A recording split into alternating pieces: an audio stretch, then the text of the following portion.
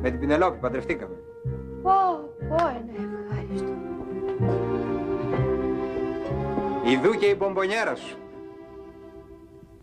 Τι πάθατε ρε παιδιά, γιατί παγώσατε?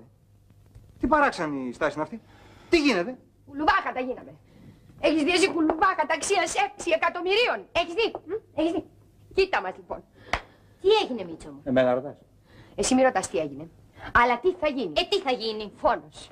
Θα σε σκοτώσω και θα πας και στράφη. Γιατί δεν θα έχω πάρει και τα λεφτά να σε πληρώσω. Ηρέμησε και πες μας. Καλά σου λέει, άσε τους θυμούς. Να καταλάβουμε τι έγινε. Αυτή τα έκανε όλα με τις υπολαιωτές. Αυτό έγινε. Τώρα με κατατόπισες πλήρως. Πέστε μας ρε παιδιά τι έγινε να καταλάβουμε κι εμείς. Πες την εσύ καπετάνια μου. Ναι. Πες. Η Υγρία πέθανε. Αυτό είναι το μόνο που ξέρω. Όσο ζούσε νόμιζε ότι είσαι άντρας της Βασούλας. Κακός. Τον κακό. Γιατί δεν της το λέγατε? Εύκολο ήτανε. Σταματήστε να κατατοπιστούμε. Λέγε καπετάνι. Ναι. Η Υγρία πέθανε.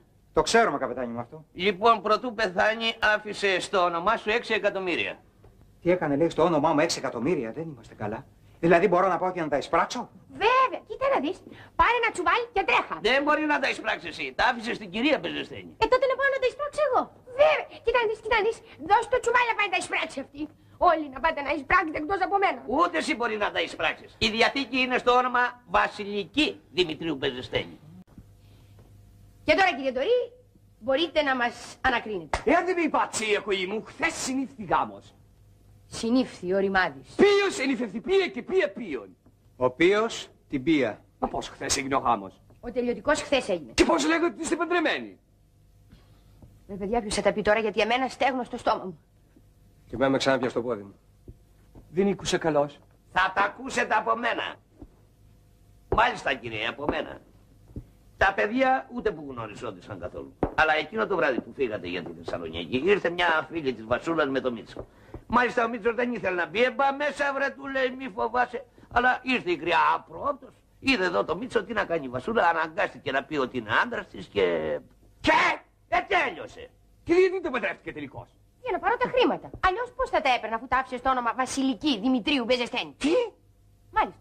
Ω, σφάλμα συγχώρητον, ο εμπολότσα προσμέτρητος, συνελώνει πίν ύψος βλακίες δυσόρητον. Κύριε Ντορή μου, γιατί χτυπιέστε έτσι? Δεν χρειάζεται ο γάμος. Και πώς θα έπαιρνα τα λεπτά? Θα αποδεικνύουμε ότι κακός μακαρίτσες σε νόμιζε παντρεμένη και το πρόσωπο στο οποίο αυτό δεν κρύβεται. Είστε, κοίτα αυτό.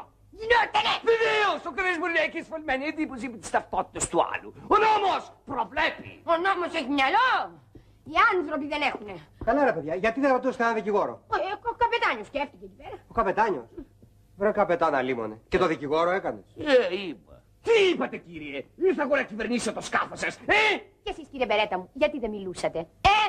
Με συγχωρείτε. Ορίστε. Αφού δεν με ρωτήσατε. Ήταν ανάγκη να σε ρωτήσω, Χριστιανέ μου, αφού είδες πόσο ζορίστηκα εγώ την ώρα που διάβασα τη Διαθήκη. Δεν αντιλήφθη την αιτία. Μ' αντιλήψου την βρευλογημένη μου πια. 2,5 μέτρα δικηγόρος είσαι. Μάλιστα.